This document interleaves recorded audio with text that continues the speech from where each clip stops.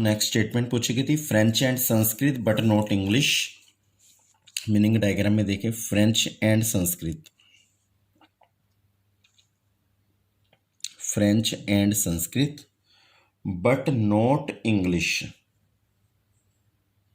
French and Sanskrit का common intersection point क्या है? डीई। डीई है ना, फ्रेंच एंड संस्कृत ले ली, ई को छोड़ दें। क्यों इंग्लिश को छोड़ना? ये इंग्लिश का जा रहा है देखो, तो डी, डी का आंसर माना जाएगा इसका। डी का आंसर था वो 2 था, आप चेक कर सकते हैं जी। देन अगली जो स्टेटमेंट पूछा गया, इंग्लिश ओनली। इंग्लिश ओनली का आप देखें, ये इंग्लिश का पूरा है BECF का, बट इंग्लिश ओनली का यहाँ तक आएगा सी, तो ये है इंग्लिश ओनली का सी। सी की वैल्यू क्या थी जी? आप पीछे चेक कर सकते हैं 3।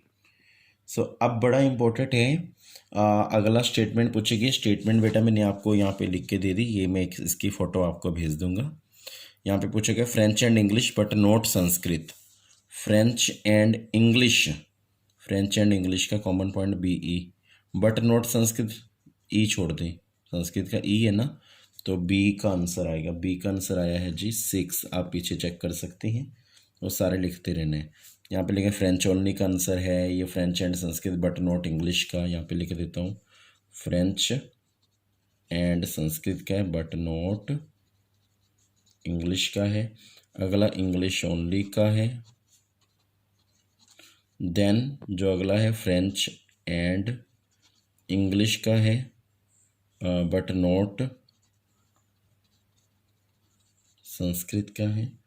फिर है संस्कृत ओनली, संस्कृत ओनली में जी है देखो, बिकॉज संस्कृत के जो ऑल एलिमेंट है DEFG है, वो तो पूरे संस्कृत है। संस्कृत ओनली मतलब फ्रेंच और इंग्लिश को कट करके जो संस्कृत ओनली बचेगा वो जी। जी का आंसर हमें गिवन था, गिवन नहीं था, हमने फाइंड किया था 9।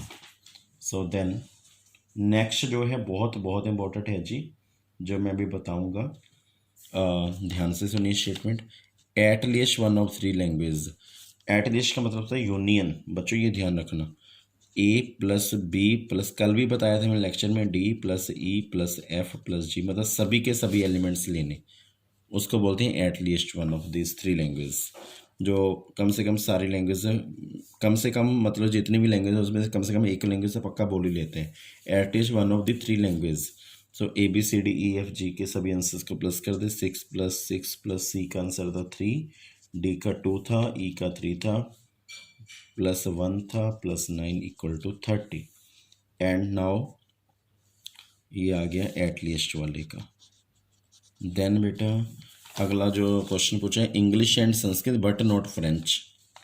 English and Sanskrit, English and Sanskrit का कॉमन पॉइंट EF है, ई को छोड़ दे, फ्रेंच को छोड़ दे, बट नॉट फ्रेंच है, अकेला F बचा। F का आंसर था 1। सो ये आया जी। अब जो लास्ट वाला है जो पूछा गया है क्वेश्चन की स्टेटमेंट, वो बहुत इंपॉर्टेंट है। नन ऑफ 3 लैंग्वेज, जो तीनों लैंग्वेज नहीं बोलती। नन ऑफ 3 लैंग्वेज में क्या होता है, टोटल नंबर स्टूडेंट्स में से नन ऑफ 3 लैंग्वेजेस, उसमें क्या होता है, नंबर ऑफ स्टूडेंट्स में से माइनस कर देते हैं एट लीस्ट ऑफ 3 लैंग्वेज।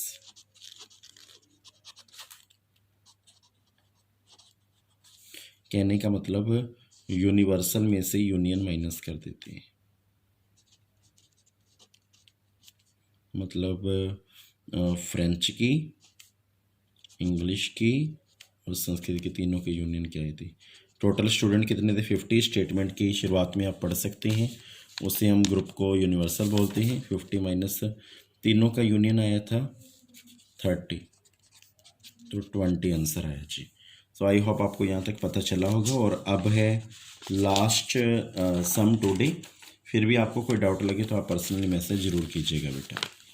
सो आगे लेक्चर को कंटिन्यू करते हैं जी। सो इसमें थ्योरम्स के बारे में हम बात करेंगे, जिसमें आप देख रहे हैं 6 टाइप्स की मैंने थ्योरम्स लिख रखी हैं ऑलरेडी, जिसमें मैं सभी के आंसर दूंगा। सभी 1-1 लाइन्स के आंसर्स हैं। सो सबसेट वाली जो है वो थ्योरम्स आ चुकी हैं जी।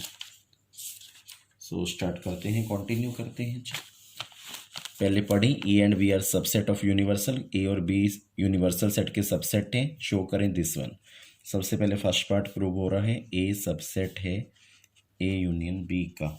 हम लिखेंगे ए यूनियन बी का है तो एक्स तो लेना ही लेना है। सबसे पहले ए यूनियन बी को ले लें, ए यूनियन बी फिर इक्वल टू बिल्डर फॉर्म जो मैंने आपको सिखाई थी, x such that x belong to A, इसे क्या बोलेंगे, एक्स बिलोंग टू ए। फिर यूनियन को क्या बोलते हैं, और x belong to B. I hope आपको यहाँ तक पता चला होगा। फिर यहाँ पे सबसेट का साइन था तो उसको लिखेंगे every element of A is also an element of A union B. उसको इंग्लिश में लिख दिया मैंने, आपको सबसेट की डेफिनेशन दी थी ना कि ए के सारे एलिमेंट्स इसमें मौजूद हों, मैंने उसको बस इंग्लिश में ट्रांसलेट कर दिया। देन इससे प्रूव हो गया ए जो है वो सबसेट है ए यूनियन बी का। अब सेकंड पार्ट में पूछा गया B subset A union B का। देखो यहाँ तक तो सारा कुछ सेम होगा, but every element of B आ जाएगा यहाँ पे, ठीक है जी, बिकॉज बी सबसेट है। अब इसका मतलब सेकंड पार्ट में नहीं करवा रहा, थर्ड पार्ट आपको करा रहा हूँ सीधा। थर्ड पार्ट में क्या है, ए इंटरसेक्शन बी जो है सबसेट है ए का, इसका एक पार्ट कराऊंगा। सबसे पहले इंटरसेक्शन लेंगे, A intersection B equal to x belong to such that x belong A, and को इंटरसेक्शन को एंड बोलते हैं, x belong to B.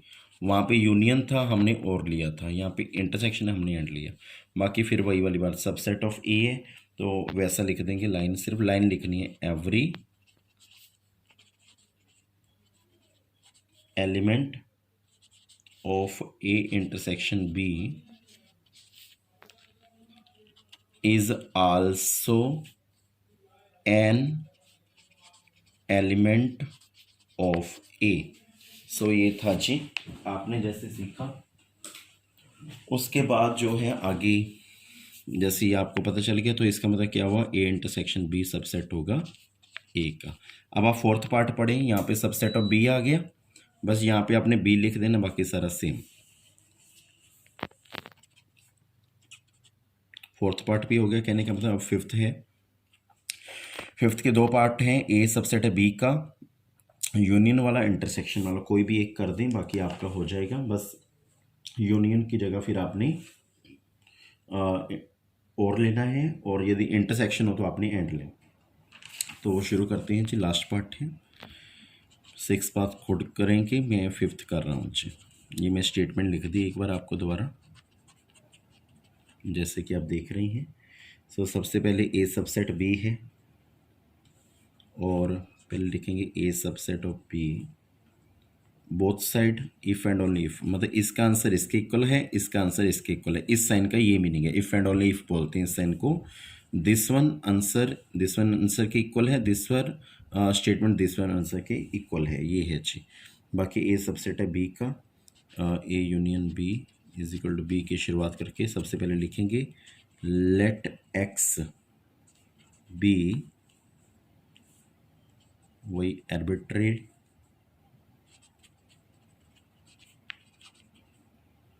Element of A intersection B, because intersection का काम है, मैंने इंटरसेक्शन ले लीजिए।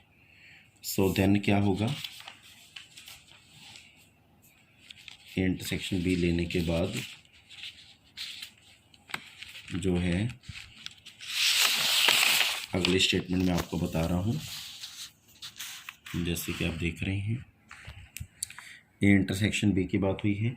सो एक्स बिलोंग टू, हमने ए यूनियन बी का लिया है ना, तो ए यूनियन बी का, इसको हम क्या लिख सकते हैं आपको पता है, एक्स बिलोंग ए, यूनियन की जगह क्या आ जाएगा, और एक्स बिलोंग टू बी, यहाँ तक सेम है। फिर लिखेंगे यदि ए और बी की यूनियन है, और बी जैसे कि आपने देखा इक्वल टू बी हमें गिवन था स्टेटमेंट, तो हम लिखेंगे एक्स बिलोंग टू बी और एक्स बिलोंग टू बी। ए की जगह बी को लिखा बिकॉज ए बी का सबसेट है, यहाँ पे रीज़न दे देना है। इस ए की जगह मैंने बी बेटा इसी कारण लिखा है बिकॉज हमें स्टेटमेंट में गिवन था ए सबसेट है बी का। ये रीज़न दे दिया कि ए बी का सबसेट है, मतलब this portion we call subset, कि ए के सारे एलिमेंट बी में मौजूद हैं। इसका मतलब ए में ए को हम बी लिख सकते हैं। आप कहोगे यस, एक्स बिलोंग बी और को बोलते हैं यूनियन बी। बी और बी की यूनियन का आंसर बी ही आएगा। मैंने आज आपको शुरुआत में जो वीडियो भेजी उसमें मैंने आपको लिखवा रखे हैं रूल्स। बी यूनियन बी का answer B, B intersection B का आंसर भी बी। तो यदि दोनों सेम हो सेट तो हम आंसर सेम लिखते हैं जी। देन यहाँ तक आई होप आपको समझ आया होगा। इसका मतलब क्या हुआ, ए यूनियन बी से चले थे, आंसर हमने बी गेट कर लिया, तो सबसेट किसका हुआ, बी का। फिर लिखेंगे again x belong to B. हूँ अब बी को इसके इक्वल प्रूव करेंगे। देखो इस आंसर को इसके इक्वल किया, अब इस आंसर को इसके इक्वल करेंगे। एक्स बिलोंग टू बी लिख लिया। अब हम अपनी तरफ से करेंगे एक्स बिलोंग बी, और यहाँ पे सिर्फ बी था, और ये स्टेप हम अपनी तरफ से कर रहे हैं एक्स बिलोंग ए। देखो बी और ए का अकॉर्डिंग ये क्यों किया आपको पता चल जाएगा। एक्स बिलोंग इसको हम लिख सकते हैं बी यूनियन ए, बिकॉज यहाँ पे और आएगा पहले। फिर एक्स बिलोंग बी और ए को ए और बी भी लिख सकते हैं। फिर आएगा x belong A union B. देखो बी से हमने ए यूनियन बी प्रूव कर दिया। बच्चे कहते बट ये किया क्यों, बेटा आपको मैं बता दूं, आपने अभी प्रूव किया कि ए यूनियन बी के सबसेट मतलब इसके जो एलिमेंट्स है इसमें मौजूद हैं, मतलब इसके इसमें होंगे, तो इसी कारण हमने इसको एक्स बिलोंग ए लिखा जी। देन इससे क्या प्रूव हो गया, बी से चले यहाँ पे पहुँचे तो हम लिख सकते हैं बी सबसेट है ए यूनियन बी का। सो ए यूनियन बी सबसेट है बी का, एंड अभी आपने प्रूव किया बी सबसेट है ए यूनियन बी का। इसका नंबर 2 लेट कर लेना है, और जो ऊपर किया था प्रूव उसका नंबर 1 और 2 लेट करके फ्रॉम 1 and 2, फ्रॉम 1 and 2 से क्या हो गया प्रूव, कि दोनों आपस में सबसेट हैं एक दूसरे के।